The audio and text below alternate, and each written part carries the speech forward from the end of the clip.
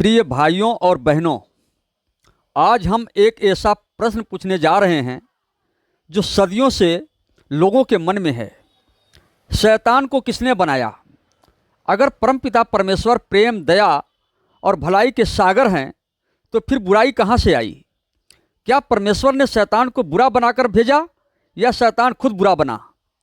आज इस रहस्य को हम शांति से सच्चाई के साथ समझेंगे। दोस्तों, शैतान की शुरुआत पवित्र शास्त्रों के अनुसार परमपिता परमेश्वर ने कभी भी किसी को शैतान बनाकर नहीं भेजा। शैतान का असली नाम था लूसीफर, जिसका अर्थ है प्रकाश लाने वाला।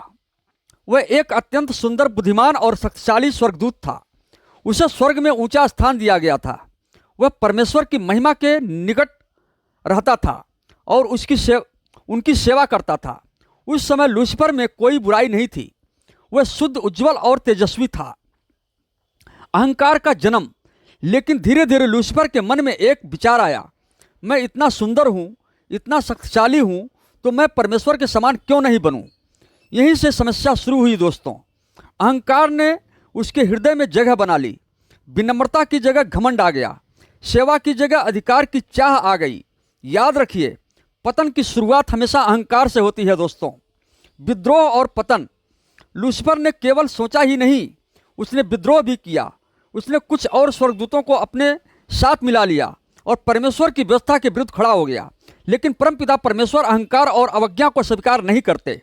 परिणाम स्वरूप लूसीफर को स्वर्ग से निकाल दिया गया। यहीं से लूसीफर का नाम बदल गया और वह कहलाया शैतान, अर्थात विरोधी। शैतान का उद्देश्य। शैतान आज भी वही काम करता है जो उसने शुरू में किया था। वह झूठ बोलता है, डर फैलाता है, लालच देता है और मनुष्य को परमेश्वर से दूर करने की कोशिश करता है। दोस्तों, लेकिन याद रखिए, शैतान के पास कोई सृजन शक्ति नहीं है। वह केवल भटकाता है। वह उतना शक्तिशाली नहीं है जितनी शक्ति हम उसे देते हैं। मनुष्य के लिए सीख। इस कहानी से हमें गहरी सीख मिलती है। दोस्तों, ऊंचा पद भी गिरा सकता है, ज्ञान भी अहंकार बन सकता है, सुंदरता भी भ्रम दे सकती है, लेकिन विनम्र हृदय परमपिता परमेश्वर को प्रिय है।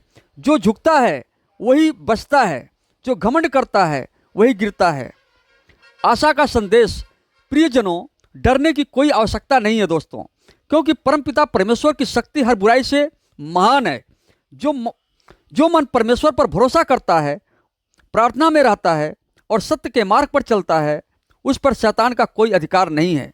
परमपिता परमेश्वर के पवित्र नाम से हम प्रार्थना करते हैं, हमारे मन को अहंकार से बचाइए, हमें विनम्र और सत्य में स्थिर रखिए और हर बुराई से हमारी रक्षा कीजिए। आमीन।